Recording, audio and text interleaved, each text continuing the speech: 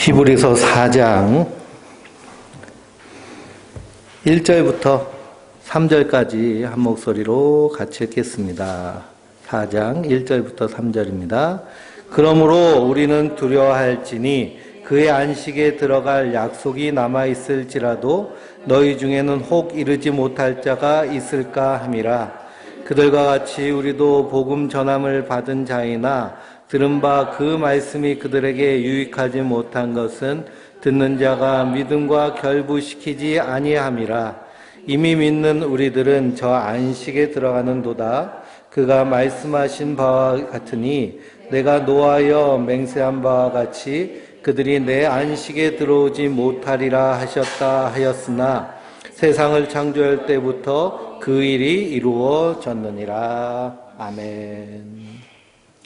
우리가 히브리서 말씀을 통해서 함께 은혜를 나누고 있습니다. 히브리서는 고난받는 유대인들을 향해서 너희가 믿는 그 그리스도가 누구시냐, 우리가 누구를 믿고 있느냐에 대해서 계속 반복적으로 말씀하고 있습니다. 그리고 우리가 잘 아는 바와 같이 히브리서의 하이라이트 같은 부분이 히브리서 11장이죠. 11장은 무슨 장이라고 말하나요? 믿음장이라고 말합니다. 믿음장. 그러니 예수 그리스도께서 십자가에서 우리의 허물과 죄를 대신 지시고 죽으셔서 우리를 구속하여 하나님 백성 삼으셨는데요. 성도는 이 하나님께서 그리스도를 통해서 하신 이 구원의 사역을 믿는 믿음으로 사는 자들인 줄 믿습니다. 마틴 루터가 종교개혁을 할 때요, 오직 믿음만으로. 근데 그 믿음이란 어떤 믿음일까요? 예수 그리스도를 믿는 믿음, 하나님의 말씀을 믿는 믿음, 말씀 안에 담겨져 있는 하나님의 구원, 하나님의 언약을 믿는 믿음으로 사는 자들인 줄 믿습니다. 그래서 이 믿음이 견고하여져서 흔들리지 않기를 간절히 요청하고 그리고 권고하고 있습니다. 우리가 3장 6절에도 우리가 소망의 확신과 자랑을 끝까지 붙잡고 있으면 우리는 그의 집이라 라고 말씀하고 있습니다. 우리의 소망, 우리의 확신, 우리의 자랑은 예수 그리스도, 그가 우리를 위해 죽으신 그 십자가와 부활이 우리의 소망이고 우리의 자랑이고 우리의 확신입니다. 우리 성도님들은 한 주간 동안 무엇을 자랑하고 무엇을 소망하며 무슨 확신 가운데 살으셨습니까? 우리가 항상 우리의 인생의 최우선순위에 바로 이 하나님의 은혜, 십자가의 사랑이 있지 아니하면 마귀가 그 틈을 타고 들어와서 우리를 넘어뜨리려고, 끊어놓으려고 무진장 애를 씁니다. 그래서 성도는 서 있는 자는 넘어질까? 조심하라 라고 말씀하고 있습니다. 사도 바울도 자기를 날마다 쳐서 복종시킨다고 얘기합니다. 우리가 말씀 위에 굳게 설 수 있도록, 우리가 살다 보면 수많은 어려움들 그리고 갖가지의 환경과 상황, 형편 때문에 우리의 마음이 연약해지고 때로는 갈등이 일어나기도 하고 때로는 자포자기하는 심정으로 살아가는 그런 순간도 있습니다. 그러나 모든 순간에도 우리가 의지해야 될 것은 예수 그리스도의 십자가, 또한 예수 그리스도 그 이름, 우리에게 주신 이름, 그 능력의 이름을 붙잡고 사는 자들인 줄 믿습니다. 그래서 3장 14절 말씀에도 우리가 시작할 때에 확실한 것을 끝까지 견고히 잡고 있으면 그리스도와 함께 참여한 자가 되리라 그랬습니다. 우리가 시작할 때, 우리가 신앙생활을 시작할 때 복음을 듣고 시작하잖아요. 이 복음을 확실하게 붙잡고 끝까지 견고하게 잡고 있으면 그리스도와 함께 안식에 참여하는 자가 된 줄 믿습니다. 그래서 이 안식은 그리스도로 말미암아 우리에게 하나님께서 약속하신 일이에요. 하나님은 그 약속을 반드시 지키시는 분이신데요. 우리는 그 약속이 반드시 이루어질 것을 믿는 믿음으로 사는 자들입니다. 그런데 이스라엘 백성들, 구약의 성도들은 이 약속을 받고 애굽에서 출애굽하여서 가나안으로 가고 있습니다. 가나안으로 가고 있는데 구름기둥과 불기둥이 그들을 지켜 보호하여 주시고 만나를 먹이시고 반석을 쳐서 생수를 마시게 하셨음에도 불구하고 광야에서 그들은 어떻게 했어요? 불평불만하고 순종하지 않았습니다. 그러니 15절 말씀에도 오늘 너희가 그의 음성을 듣거든 경노하시게 하던 것 같이 너희 마음을 완고하게 하지 말라라고 하십니다. 그래서 완고하다, 강팍하다는 것은 하나님의 일하심을 눈으로 보고도 믿지 않는 행위가 완고하고 강팍한 겁니다. 그러니 애굽의 바로가 모세가 지팡이를 던져서 그리고 지팡이로 나일강을 쳐서 그래서 하나님의 그런 심판을 증거했는데도 마음이 완고하고 강팍해지니까 그가 그 하나님의 일하심을 눈으로 보고도 믿지 않는 것이죠. 이스라엘 백성들은 어땠나요? 이스라엘 백성들은 구름기둥과 불기둥이 눈앞에 펼쳐져 있음에도 불구하고 애굽으로 돌아가려고 엄청나게 애쓴 사람들이 이 이스라엘 사람들입니다. 그러니 우리 그리스도인들, 성도들은 우리의 인생 가운데 하나님의 일하심을 눈으로 보고 그리고 믿음으로 굳게 서는 자들인 줄 믿습니다. 우리가 믿음의 눈을 떠서 우리의 삶의 순간순간을 돌아보고 우리의 인생길을 다시 한번 짚어보면 한 걸음 한 걸음 그 인생길마다 하나님의 특별한 인도하심, 함께하심, 이끄심, 부르심 이런 것들을 발견할 수 있습니다. 우리가 하나님의 음성에 민감하게 반응하면 지금도 나와 함께 하시는 하나님, 나를 통해서 일하시는 하나님. 우리가 꿈도 같이 공부를 하잖아요. 꿈도 보는 이유는 뭘까요? 우리 무의식, 우리 내면 깊은 곳에서도 성령님이 우리 안에 계신다고 그러셨는데요. 우리 안에 계시면 우리의 의식 안에는 계시지 않을 거 아니에요. 의식 안에 계시면 어떻게 될까요? 성경책 안에 있고 아침에 텔레비 틀고 있으면 야, 너 뭐 하는 짓이냐, 목사가. 그럴 거 아니에요. 그치? 예? 기도 안 하고선 딴짓 하려고 하면 야, 기도부터 해야지. 의식 안에 있으면 성령께서 이렇게 의식적으로 이게 말씀하실 겁니다. 근데 우리의 깊은 곳에 계신다고 그러셨잖아요.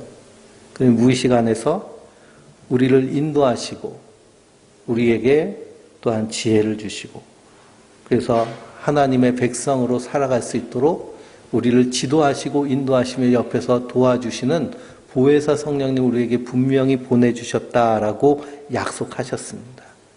그래서 우리는 그 분명한 약속을 믿고 살 때 순간순간 일하시는 하나님의 일하심을 발견할 수 있어요. 그래서 우리도 광야에서 이스라엘 백성들이 하나님 앞에 그 마음이 완고한 것처럼 그렇게 하지 말라는 겁니다. 그러므로 하나님의 말씀 받은 성도는 이 땅에서 믿음으로 사는 자들인 줄 믿습니다. 그러니 4장 1절 말씀에 그러므로 우리는 두려워할지니 그의 안식에 들어갈 약속이 남아있을지라도 너희 중에는 혹 이르지 못할 자가 있을까 함이라 라고 말씀하고 있습니다. 이스라엘 백성들이 다 시내산에서 하나님과 언약을 맺었잖아요. 그리고 가나안 땅에 가기로 다 약속을 받았습니다. 그런데 가나안 땅에 들어간 사람은 애굽 땅에서 나온 사람 중에 누구뿐이 없을까요? 여호수아와 갈렙뿐이 없습니다. 모세조차도 들어가지 못했습니다. 그럼 그들이 들어가지 못하게 된 이유는 뭘까요? 그들의 행위 때문일까요? 3장 19절을 보면 이를 보건대 그들이 믿지 아니함으로 능히 들어가지 못한 것이라 그랬습니다. 믿지 아니함으로. 그들이 왜 거기서 불평하고 그들이 왜 불만하고 원망하고 그리고 한탄하고 했을까요? 믿지 않았기 때문에 그렇습니다. 그래서 믿음에는 반드시 역사, 행위가 있게 마련입니다. 그래서 야고보서에서는 행함이 없는 믿음은 죽은 믿음이라고 그러잖아요. 경건의 모양은 있으나 경건의 능력은 부인하는 모습은 어떤 모습일까요? 입으로는 믿음 얘기하는데 삶은 전혀 그 믿음을 적용하지 않는다면 경건의 모양은 있으나 능력은 부인하는 모습입니다. 그러니 이스라엘 백성들이 결국 가나안 땅에 들어가지 못한 것은 하나님의 그 약속을 믿지 못함이에요. 그러니 가데스 바네아에서 이제 요단강만 건너가면 그러면 가나안 땅이에요. 하나님이 가라고 하시잖아요. 근데 이스라엘 12지파가 모여서 가기 전에 뭘 보내요? 정탐꾼을 보냅니다. 하나님이 정탐꾼 보내라고 하셨나요? 하나님 정탐꾼 보내라고 하지 않으셨습니다. 근데 자기들끼리 모여가지고 그래서 하나님 약속한 땅 우리가 어떻게 생겼나 정탐하자. 가봤더니 거기에 아낙 작손이 거인족인데요. 그들 앞에 서 있으니까 뭐 같이 느껴져요? 메뚜기 같이 느껴진다고 그럽니다. 그러니 그들 앞에서 우리는 메뚜기로다. 그러니 누굴 믿지 않는 거예요? 하나님을 믿지 않는 거예요. 구름 기둥과 불 기둥으로 인도하시고 홍해 바다를 가르시고 그리고 아말렉 족속을 진멸하시고 반석에서 샘물을 주시고 광야에 지날 때마다 신발도 닳지 않고 옷도 닳지 않고 요즘은 그러면 큰일 나겠죠. 그렇죠? 철 지나서 새 옷도 입고 해야 되는데 옷이 안 닳으면 그것도 문제겠는데 고대 사회에는 옷은 그냥 자기 보호의 개념이기 때문에요. 하나님 그렇게 인도해 주셨는데도 그게 도무지 믿음이 나오지 않는 겁니다. 그래서 성경은 이 믿음은 하나님의 선물이라고 얘기해요. 하나님의 선물. 이번 주간이 요한 웨슬레 목사님 회심 기념 주간인데요. 그래서 5월 25일 날 24일이죠. 오늘이네요. 올더스 게이트 거리에서 오직 의인은 믿음으로 말미암아 살리라 하는 그 말씀에 뒤집어져서 그래서 고백하기를 비로소 내가 믿어지는 믿음을 가졌다라고 이렇게 고백을 합니다. 요한 웨슬레 목사님은 그 영국의 청교도 목회자 집안에서 자라났어요. 목사의 아들로. 어렸을 때부터 신앙교육을 철저하게 받고 그리고 머리가 아주 똑똑해가지고 그래서 옥스포드에 있는 크라이처치 칼리지에 들어가서 공부를 하게 됩니다. 크라이처치 칼리지가 얼마나 유명한 학교냐면 윈스턴 처칠이나 엘리자베스 여왕이나 왕족들, 귀족들 중에도 아주 똑똑한 사람들만 들어가는 그런 대학교가 크라이처치입니다. 그래서 옥스포드는 도시 이름이에요. 거기 여행을 가보면 그 해리포터 영화를 보면은 그 해리포터의 호그와트 그 학교가 있잖아요. 마술 학교. 거기에 식당이 그 크라이처치 식당에서 그것을 참고로 해서 배경으로 찍었습니다. 그래서 그 식당에 들어가 보면 거기 그 학교에서 나온 인물들, 위대한 인물들, 위인전에 나오는 사람들, 초상화들이 쫙 걸려 있는데요. 꽉꽉 차 있습니다. 거기 세계 최고의 학교라고 얘기하는데요. 그 이유 중에 하나가 뭐냐 하면 그 학교는 다 1대1로 수업을 합니다. 그러니까 학생하고 1대1로 수업을 해요. 교수님이. 그러니까 학생이 공부를 안 하고 오면 어떻게 될까요? 네, 큰일 나겠죠. 그렇죠? 학점을 딸 수가 없습니다. 그래서 졸업하기가 아주 힘든 학교. 그래서 하버드대보다 옥스포드대를 그 서양에서는 더 알아주는 것이 그 수업의 난이도가 더 크기 때문에 그렇습니다. 우리도 1대1로 성경 공부를 했잖아요. 그렇죠? 그러니까 우리가 그 정도 난이도로 이렇게 공부를 한 거죠. 대단합니다. 그래서 이 웨슬리 목사님이 그 옥스포드에 들어가서 그래서 홀리클럽이라는 그런 신앙 동아리를 만들었어요. 그리고 얼마나 열심히 홀리하게 그 신앙 동아리를 이끌었는지 날마다 모여가지고 성경 공부하고 묵상하고 그리고 성경대로 살기 위해서 이렇게 헌금을 모아가지고 이웃 돕기 하고 하는 일을 철저하게 했습니다. 그래서 공부도 열심히 하는데 성경도 얼마나 열심히 봤는지요. 별명이 붙었는데 그 바이블 벅스라는 별명이 붙었어요. 성경 벌레. 성경을 하도 그냥 파고 보고 해가지고 성경 벌레. 그런 별명 괜찮죠, 그렇죠? 그러니까 우리가 성경을 볼 때 침을 많이 묻혀야 되는 이유가 성경책이 너덜너덜하면 저 권사님은 성경을 좀 보시는구나. 근데 그냥 깨끗하면 어때요? 10년을 써도 20년을 써도 성경이 한결같으면 참 안타까운 것이죠. 그 정도로 열심히 성경을 읽고 그리고 묵상하고 그렇게 살려고 몸부림쳤습니다. 그리고 이제 웨슬리 목사님이 졸업하니까 이제는 사역을 하고 싶어서 그래서 준비를 하는데 미국의 그 당시에 이제 개척 시대예요. 그래서 미국 선교사로 가서 그래서 거기서 영국에서 이민한 이민자들과 인디안들에게 복음을 전하기 위해서 선교사로 갑니다. 영국에서 이 홀리 클럽을 할 때는 아주 성공적으로 그리고 훌륭하게 사역을 했는데 선교사로 가가지고서는요, 잘 안 됐어요, 선교가. 그래서 교회도 그냥 실패하고 또 결혼 문제도 겹쳐가지고 그래서 야반도주 하다시피 영국으로 돌아왔습니다. 그래가지고 완전히 실패한 그런 실패자의 마음으로 낙심이 돼가지고요.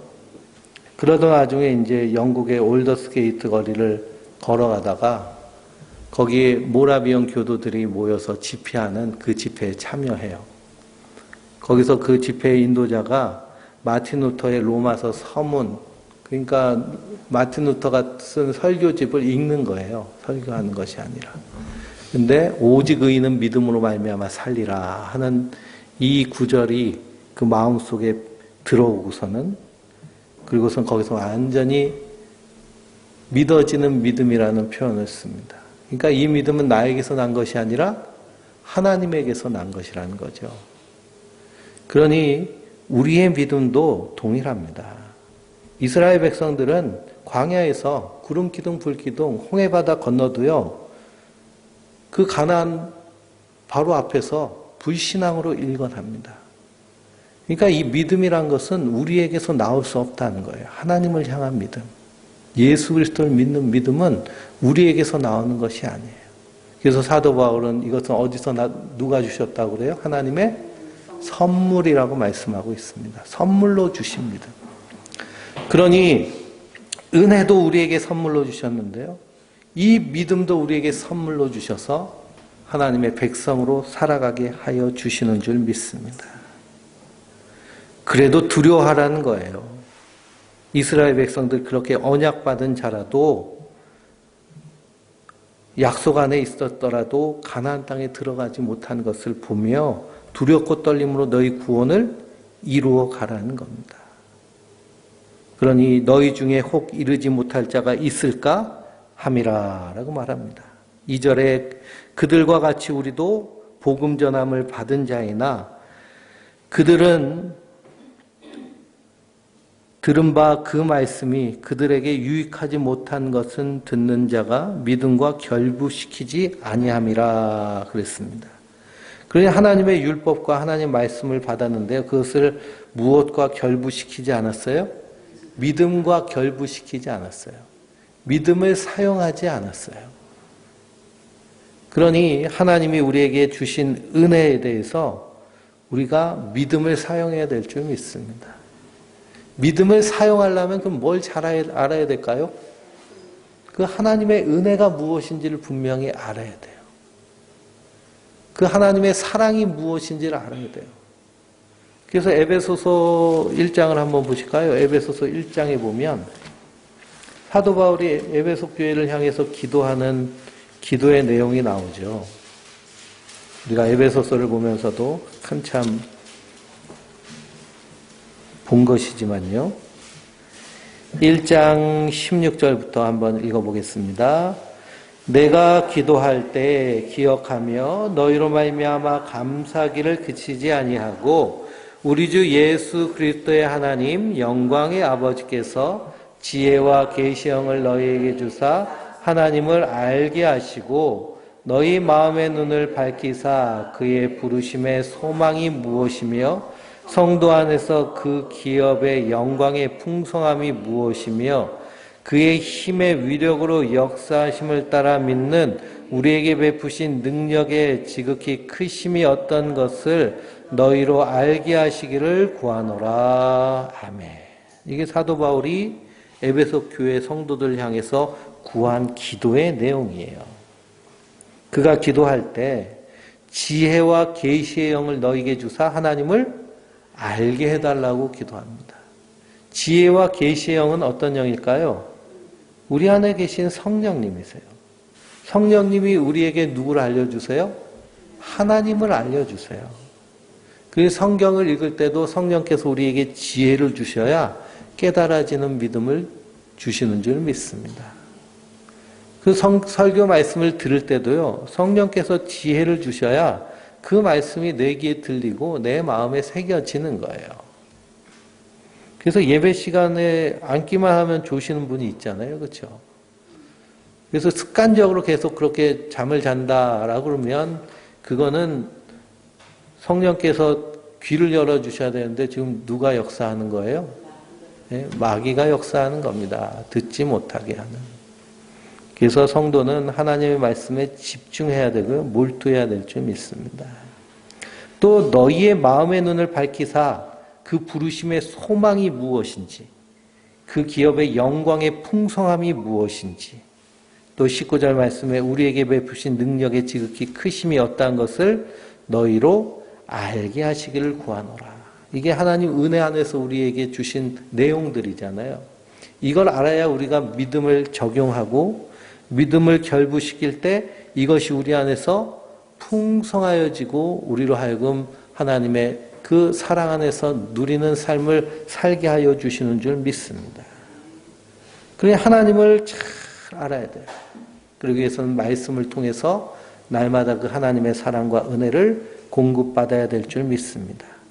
뿐만 아니라 우리가 어떤 존재인지, 하나님께서 우리를 어떻게 구원하셨는지, 그래서 우리는 어떤 하나님의 백성이 되었는지, 그래서 우리는 풍성한 삶 공부를 하면 사지옷 안에서 세 가지 축복을 받았다고 계속 강조를 하잖아요. 그렇죠? 사지옷 안에서 세 가지 축복을. 그래서 주인, 죄인, 죽음, 주인, 이 사이지 복음 안에서 하나님 나를 받아주시고 나를 특별한 존재로 삼으시고 나를 하나님의 가족 공동체 안에서 함께 하나님 나를 누리도록 하셨잖아요. 이것이 우리 안에서 끊임없이 주장되어져야 되고요. 어떤 상황과 환경 가운데서도 이 믿음이 결부되고 적용돼야 될 줄 믿습니다. 그것을 제일 잘하는 사람이 사도 바울이에요. 사도 바울은 복음을 전하다 감옥에 갇혔잖아요. 감옥에 갇혔으니 우리 성도님들 중에 감옥 들어가 보신 분 계세요? 유치장이라도 가보신 분 계신가요? 네? 없으시니 참 다행이죠. 사도 바울은 복음을 전하다 감옥에 들어갔습니다. 거기 들어가면 벌써 이제 마음이 그냥 답답해지고 소망이 없어지고 그러면서 마음이 더 악해지는 그것이 지극히 정상적인 일이죠. 그러니 감옥에 들어가서 난 죄인입니다 하는 사람이 많을까요? 나 억울해 하는 사람이 많을까요? 억울해하는 사람 다 억울해해요. 내가 이렇게 막 사람 찔러 죽인 거는 내가 그것도 했지만 제가 잘못해서 내가 죽인 거 죽일 수밖에 없어. 억울해합니다. 근데 사도 바울은 그때 오히려 복음의 찬스로 생각하잖아요. 그렇죠? 사람을 만날 수 없고 혼자 독방에 있으니 거기서 하나님과 인격적인 교제와 묵상을 하면서 복음에 대한 편지를 쓰잖아요. 옥중서신. 그래서 빌립보서는 옥중서신인데요. 빌립보 교회 성도들에게 쓰는 서신, 빌립보서를 기쁨의 서신이라고 합니다. 기뻐하라. 내가 다시 말하노니 기뻐하라. 왜 기뻐하라 그래요? 하나님이 우리를 태초에 예정하시고 그리스도께서 우리를 구속하시고 성령께서 도장 쾅 찍으셔서 우리는 어디 여권을 가지고 있어요? 천국 여권 가지고 있잖아요. 천국 시민권을 가지고 있습니다. 외국 여행 갔다가 이렇게 한국에 돌아오면은 이렇게 좋은 점이 있어요. 출입국 이렇게 지나면서요. 이 출입국 지나는데 외국인들은 줄을 쫙 서요. 한국에 입국하기가 참 까다롭습니다. 근데 대한민국 국민은 어떻게 들어가요? 그냥 우르르 들어가잖아요. 그냥 편하게. 눈치도 안 보고. 눈치도 안 보고. 제가 공부하러 미국에 갈 때마다 미국 이민국 통과를 해야 되는데요. 얼마나 많이 물어보는지요. 그냥 여행 비자로 가면은 뭐 그냥 돈 많이 쓰라고 보내주는데 학생 비자 받고 갔더니요. 막 꼬치꼬치 묻는 거야. 학교가 뭐고, 너 왜 지금, 방학이라고 갔다 온 거냐, 뭐냐, 막 물어봐요. 그래가지고 어떤 같이 공부하는 이렇게 동기 중에 한 분은 또 잡혀가지고 한 2시간을 거기 잡혀 있었습니다. 그럼 같이 차 타고 가야 되는데요. 2시간을 꼬박 기다려요. 갈 때마다 그렇습니다. 근데 미국 사람들은 그냥 지나가잖아요. 그렇죠? 하나님 나라도 마찬가지예요. 우리도 그 시민권이 있는 줄 믿습니다. 그래서 우리는 그냥 예수 그리스도의 보배로운 피로, 보혈의 은혜로 무사 통과하는 자들이에요. 근데 그렇지 않은 자들은 어떻게 들어갈까요? 거기서 다 체크하는 거예요. 체크. 그래서 네가 얼마나 의롭게 살았는지, 하나님의 관점에서 보면 의롭게 산 사람이 몇 명이나 있을까요? 예? 성경에도 몇 명 있어요? 구약에도? 에스겔서를 보니까 3명 나오더라고요. 3명. 예? 노아, 욥, 예? 그런 사람들. 그러니 우리가 그 큰 은혜를 받았기 때문에 모든 상황 가운데 하나님의 이 은혜 안에서 믿음을 결부시킬 때 넉넉히 이기게 될 줄 믿습니다. 하나님은 역정케 하시는 분이시고요. 하나님은 어떤 상황 가운데서도 하나님의 일을 반드시 이루시는 분이십니다. 그래서 창세기의 결론적인 말씀이 요셉의 입에서 고백이 되잖아요. 당신들이, 요셉의 형들이죠. 내게 악을 행하였으나 하나님은 그것을 선용하셔서 오늘날 나로 많은 사람들의 생명을 구할 수 있도록 나를 앞서 보냈다고 말씀하시잖아요. 하나님은 악한 것까지도 선용하시는 분이세요. 그래서 로마서 8장에서 하나님은 모든 것을 합력하여 선을 이루시는 분이시고요. 성령 안에서. 오늘 히브리서 4장에서는 때를 따라 돕는 은혜를 우리에게 주신다고 말씀하고 있는 것입니다. 그리고 우리가 모든 것에 믿음과 결부시켜야 될 줄 믿습니다. 4절 한번 읽어볼까요? 제7일에 관하여는 어딘가에 이렇게 일렀을 때 하나님은 제7일에 그의 모든 일을 쉬셨다 하였으며 그랬습니다. 제7일은 안식일이죠. 하나님의 안식에 대해서 말합니다. 그래서 히브리서 1장부터는 천사 얘기가 나오고 2장에는 모세 얘기가 나오고 그리고 4장에서는 안식일 얘기가 나옵니다. 그러면은 예수님은 천사보다 뛰어나신 분.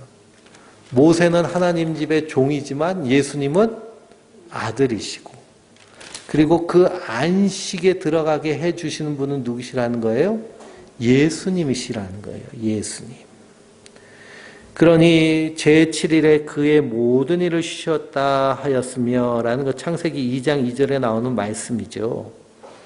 그런데 5절에 보니까 또 뭐라고 말씀하세요? 또 다시 거기에 그들이 내 안식에 들어오지 못하리라 하였으니 그랬습니다. 이게 시편 95편입니다. 왜 안식에 들어오지 못했을까요? 선악과를 따먹었으니까. 죄로 인하여서. 그래서 이스라엘 백성들 하나님 택하시고 그들을 애굽에서 건져내셔서 약속의 땅, 안식의 땅인 가나안으로 옮기시려고 했는데 그들이 광야에서 하나님의 음성을 들었는데 하나님을 경노하게 하셨어요. 왜 그럴까요? 그들의 마음이 완고하였기 때문이죠. 믿지 않았기 때문에 안식에 들어가지 못하였습니다. 그래서 6절에 뭐라 그래요? 그러면 거기서 들어갈 자들이 남아있거니와 복음 전함을 먼저 받은 자들은 순종하지 아니함을 말미암아 들어가지 못하였으므로 오랜 후에 다윗의 글도 다시 어느 날을 정하여 오늘이라고 미리 이같이 일렀을 때 오늘 너희가 그의 음성을 듣거든 너희 마음을 완고하게 하지 말라 하였나니 만일 여호수아가 그들에게 안식을 주었더라면 그 외에 다른 날을 말씀하지 아니하셨으리라. 그런즉 안식할 때가 하나님의 백성에게 남아있도다. 이미 그의 안식에 들어간 자는 하나님의 자기 일에 쉬신과 같이 그도 자기의 일을 쉬느니라 그랬습니다. 그러니 하나님의 안식을 약속받았는데요. 근데 이스라엘 백성들은 그 안식 안에 들어가지 못했습니다. 무엇이 없으므로? 믿음이 없으므로, 믿지 아니함으로. 그래서 구약의 성도들은 믿지 아니함으로 그 안식에 들어가지 못했어요. 여호수아가 그들에게 안식을 준 것이 아니죠. 여호수아 따라서 가나안 땅에 들어갔지만 거기서도 이스라엘 백성들은 여전히 무엇을 지켰어요? 안식일을 지켰죠. 그래서 진정한 안식은 언제 올까요? 진정한 안식은 우리의 허물과 죄가 완전히 구원받고 그리고 죄와 사망의 권세가 우리 안에서 역사하지 않는 그때가 진정한 안식의 때. 우리가 하나님 나라에 입성하는 그때가 참 안식의 때입니다. 근데 우리는 그 안식을 약속받은 자일까요? 약속받지 않은 자일까요? 약속받은 자들이에요. 우리는 약속받았기 때문에 이 땅에서 믿음으로 사는 것은 뭐 하며 사는 거예요? 안식하며 사는 거예요. 안식하며. 그래서 지금도 안식교들은 금요일 날 모여가지고 안식일 지키잖아요. 저 단구동에 치과가 있는데요. 롯데시내나 있는데 치과가 있는데 안식교인이 치과 원장이에요. 그래서 그 치과는 토요일 날 쉬고 주일 날 일해요. 그러니까 교회 다니는 사람은 주일 날 교회 갔다가 치과 거기 가기가 좋더라고요. 근데 안식일을 지켜요. 그러면 우리 그리스도인들은 안식일을 지킬까요? 지키지 않을까요? 안식일을 지킬 이유가 없어요. 그리스도 안에서 우리는 날마다가 안식하는 삶이에요. 그럼 왜 주일날 모여요? 안식일이 주일날로 바뀐 걸까요? 그것이 아니라 예수님께서 안식 후 첫날 부활하신 그날을 기념해서 예수님 오실 때까지 우리가 모여서 공적으로 예배 드리는 날이 바로 주일이에요. 그리고 우리 성도는 날마다가 하나님께 예배하는 예배의 날이고요. 날마다가 주님과 안식하는 날입니다. 우리가 믿음을 적용하면 그래요. 믿음을 결부시키면. 예수님이 우리의 허물과 죄를 대신 지시고 십자가에 달려 죽으셨을 뿐만 아니라 히브리서 2장에 보면 죽기를 무서워함으로 한평생 매어 종노릇하는 모든 자들을 놓아주시려고 예수님이 이 땅에 오셨잖아요. 그래서 14절에 자녀들은 혈과 육에 속하였으며 그도 또한 같은 모양으로 혈과 육을 함께 지니심은 죽음을 통하여 죽음의 세력 잡은 자 곧 마귀를 멸하시기 위해 이 땅에 오셨잖아요. 그 일을 예수님이 다 이루셨죠. 그러면 우리는 이미 이룬 줄 믿고 사는 것이에요. 그래서 믿음과 결부시킬 때 성도는 이 땅에서 이미 안식을 누리며 사는 자들인 줄 믿습니다. 하나님 나라도요. 죽어서 가는 나라가 하나님 나라가 아니고 이 땅에서부터 살아가는 나라가 하나님 나라예요. 그러니 이 땅에서 하나님 나라 살다가 예수님 오시면 진짜 하나님 나라로 옮겨가는 거예요. 한국 사람들이 미국에 사는데요. 미국에 이제 이민 3세대, 4세대, 5세대까지 나왔는데 근데 거기서 정체성 혼란이 상당히 많이 일어나요. 나는 미국 사람인가 한국 사람인가. 그래서 막 넷플릭스에 보면은 동양인들이 많이 나오거든요. 영화. 미국에서 찍은 영화. 근데 나는 동양인인가 서양인인가. 그런 정체성 혼란. 근데 결국 결정적일 때는 어떤 사람이 있는 거예요? 대한민국 사람인 거예요. 재미교포인 거예요. 그런 것처럼 하나님의 백성들은 이 세상 가운데 살지만 우리의 본질은 하나님 나라 백성입니다. 그래서 예수님은 성령이 너희에게 임하시면 너희 안에서 이미 하나님 나라가 시작되었느니라 라고 말씀하고 있어요. 왜냐하면 성령께서 우리 안에서 일하시기 때문에. 성령께서 우리를 하나님의 성전 만드시고 우리를 하나님의 거룩한 자로 세워가시기 때문에. 그러니까 우리가 꿈을 보면은 너 이렇게 살면 안 돼, 이렇게 살아야 돼 하고 계속 권고함이 나오잖아요. 저도 요즘 꿈꾸기가 무섭습니다. 막 그냥 아주 다리가 부러지고 그냥 말도 아니에요. 겸손해야 된다 막. 꿈이 저한테 너 겸손해야 돼. 다리가 좀 더 부러져야 돼. 낮아져야 돼. 계속 그런 이렇게 분석이 나옵니다. 그리고 우리가 이렇게 내면에서 올라오는 이런 무의식에서 보내는 편지도요. 우리를 하나님의 백성 만들려는 그런 끊임없는 하나님의 일하심의 한 작업입니다. 그러니 성령이 우리에게 임하시면 하나님 나라는 우리 안에서 시작되는 거예요. 하나님이 우리를 공사하시는 겁니다. 그래서 11절 말씀을 읽어보면 그러므로 우리가 저 안식에 들어가려 힘쓸지니 이는 누구든지 순종하지 아니하는 본에 빠지지 않게 하려 함이라 그랬습니다. 그럼 안식에 들어가기를 힘쓰는 것은 어떻게 하는 것이냐? 그게 바로 12절부터 13절에 나옵니다. 하나님의 말씀은 살아있고 활력이 있어 좌우의 날선 어떤 검보다도 예리하여 홍과 연과 윗 관절과 골수를 찔러 쪼개기까지 하며 또 마음의 생각과 뜻을 판단하나니 지으신 것이 하나도 그 앞에 나타나지 않음이 없고 우리의 결산을 받으실 이의 눈앞에 만물이 벌거벗은 것 같이 드러나느니라 그랬습니다. 이 하나님의 말씀이 좌우의 날선 검과 같아서 혼과 영과 및 관절과 골수를 쪼갠다고 하시잖아요. 하나님의 말씀이 마치 수술 칼과 같습니다. 제가 디스크 수술 받아봤더니요. 그 정형외과 이 수술 도구는 무슨 그 공사장 연장 같더라고요. 제가 두 번째 수술할 때는 전신 마취를 못하고 이렇게 부분 마취를 해가지고 수술하는 걸 봤는데요. 이 기독교원의 이제 장로님 의사 선생님이 저를 수술해 주셨는데 망치 이렇게 해머 같은 걸로 이렇게 끌 같은 것 있죠. 그걸로 막 수술을 하려고 번쩍 드시는데 제가 깜짝 놀라서 눈을 감았습니다.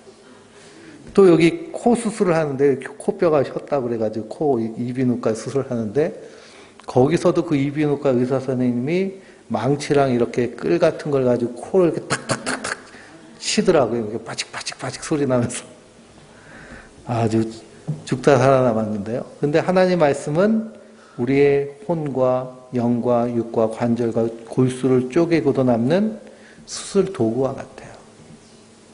그러니까 하나님의 말씀을 우리가 가까이 하면 가까이 할수록 내가 지금 뭐 받는 거예요?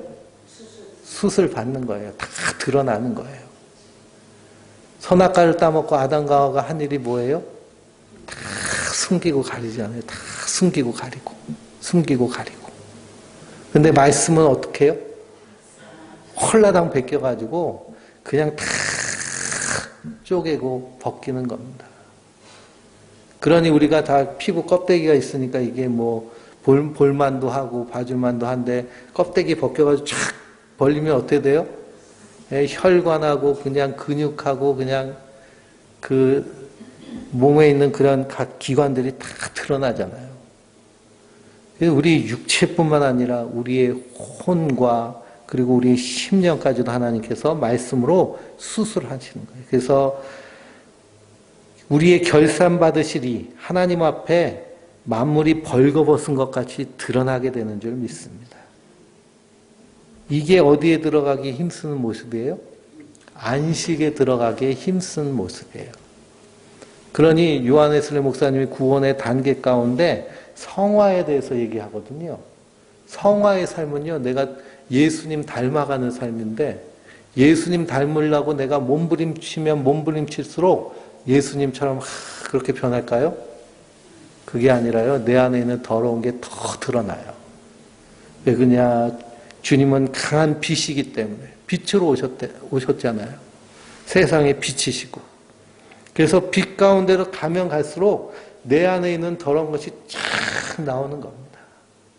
그래서 사도 바울이 사역 초기에 쓴 고린도 전서에서는 내가 사도 중에 지극히 작은 자라고 고백을 합니다.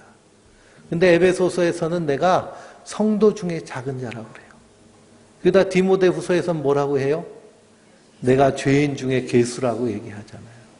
그럼 사도 바울이 그 중에 복음 사역하는 와중에 죄를 많이 져서 그랬을까요? 그게 아니죠. 하나님 앞에 가면 갈수록 벌거벗은 것 같이 자기 죄가 다 드러나는 겁니다. 그러니 더 하나님의 은혜, 십자가의 사랑, 그 예수님 없이는 한순간도 살 수 없어서 그래서 날마다 주님만 붙잡고 사는 모습이 바로 주님께로 더 나아가는 안식에 들어가기에 힘쓰는 모습인 줄 믿습니다. 그러니 나는 신앙생활 잘하고 나는 신앙생활을 몇십 년 하고 뭘 하고 하면서 목이 뻣뻣해지면 이거는 여자의 후손일까요? 뱀의 후손일까요? 네? 참 안타까운 일이죠. 그렇죠? 뱀의 후손입니다. 그리고 우리가 신앙이 깊어지면 깊어질수록 더 낮아지고 겸손해지고 예수님만 의지하며 자기의 죄가 얼마나 큰지를 알고 벌벌벌 떨며 사는 것이 사실은 신앙의 본질적 모습입니다. 그런 이것이 안식에 힘쓰는 모습인데요. 이렇게 안식에 힘쓸 때 우리에게 소망이 되신 분이 바로 예수님이십니다. 14절부터 읽어볼까요? 그러므로 우리에게 큰 대제사장이 계시니 승천하시니 곧 하나님의 아들 예수시라. 우리의 믿는 도리를 굳게 잡을지어다. 우리에게 있는 대제사장은 우리의 연약함을 동정하지 못할 이가 아니요 모든 일에 우리와 같이 시험을 받으신 이로되 죄는 없으시니라. 그러므로 우리는 긍휼하심을 받고 때를 따라 돕는 은혜를 얻기 위하여 은혜의 보좌 앞에 담대히 나갈 것이니라. 아멘. 긍휼하심과 때를 따라 돕는 은혜를 얻기 위해 은혜의 보좌 앞에 담대하게 나가는 거예요. 그러니 안식에 들어가기에 힘쓰기 위해 말씀을 붙잡으면 내가 죄인으로 드러납니다. 그러면 이 죄를 반드시 처리해야 되잖아요. 그래서 나의 대제사장 되신 예수님 앞에 나가서 예수님의 그 피로 깨끗하게 씻음을 받는, 그래서 이 땅에서 하나님 보시기에 순결하고 의로운 자로 나타나는 것이 성도의 모습입니다. 로마서 7장에 보면 사도 바울이 오호라 나는 곤고한 사람이로다. 아 나는 비참합니다 라고 고백하잖아요. 누가 이 사망의 몸에서 나를 건져내랴. 그러면서 눈을 들었더니 누가 보여요? 예수님이 보이잖아요. 우리 주 예수 그리스도로 말미암아 내가 감사하리로다. 감사하리로다. 누구든지 그리스도 예수 안에 있는 자들에게는 결코 정죄함이 없느니라. 그래서 그 자유함, 그 기쁨, 그 감사, 그 풍성함, 그 안에서 날마다 기뻐하며 감사하며 주님과 인격적인 동행, 기도의 삶을 사는 그 모습이 바로 성도의 삶인 줄 믿습니다. 그래서 우리의 삶 가운데도 안식이 들어가기에 힘쓰고 있는데요. 더욱 힘쓰는 우리 성도님들 되시길 주님의 이름으로 축원드립니다. 기도하고 말씀을 기억하며 통성으로 기도하겠습니다. 전능하신 하나님, 은혜와 사랑을 감사드립니다.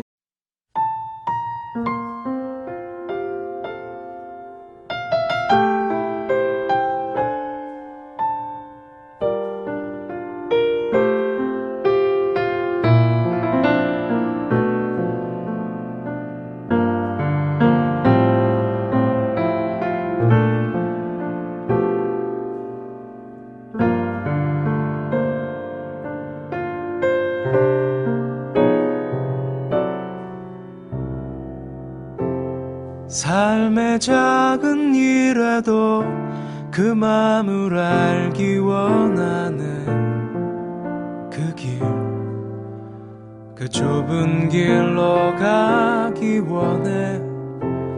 나의 작음을 알고 그분의 크심을 알며 소망, 그 그 깊은 길로 가기 원하네.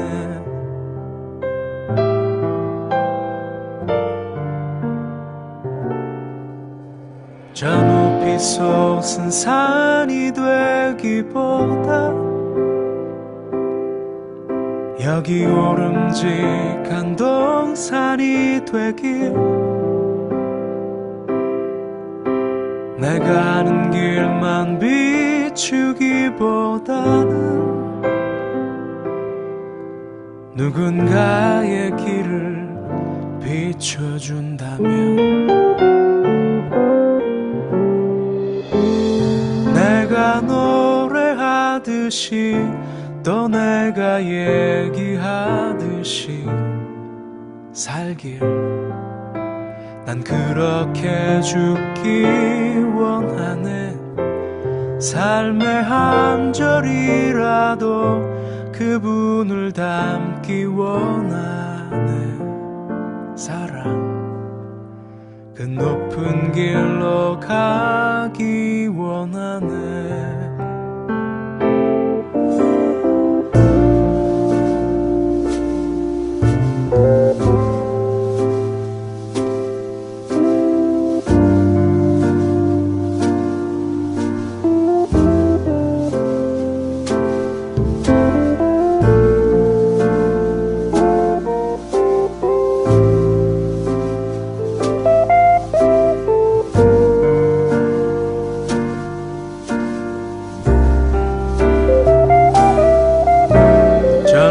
솟은 산이 되기보다 여기 오름직한 동산이 되길, 내가 아는 길만 비추기보다는 누군가의 길을 비춰준다면, 내가 노래하듯이 또 내가 얘기하듯이 살길, 난 그렇게 죽기 원하네. 삶의 한 절이라도 그분을 닮기 원하네. 사랑, 그 좁은 길로 가기 원하네. 그 깊은 길로 가기 원하네.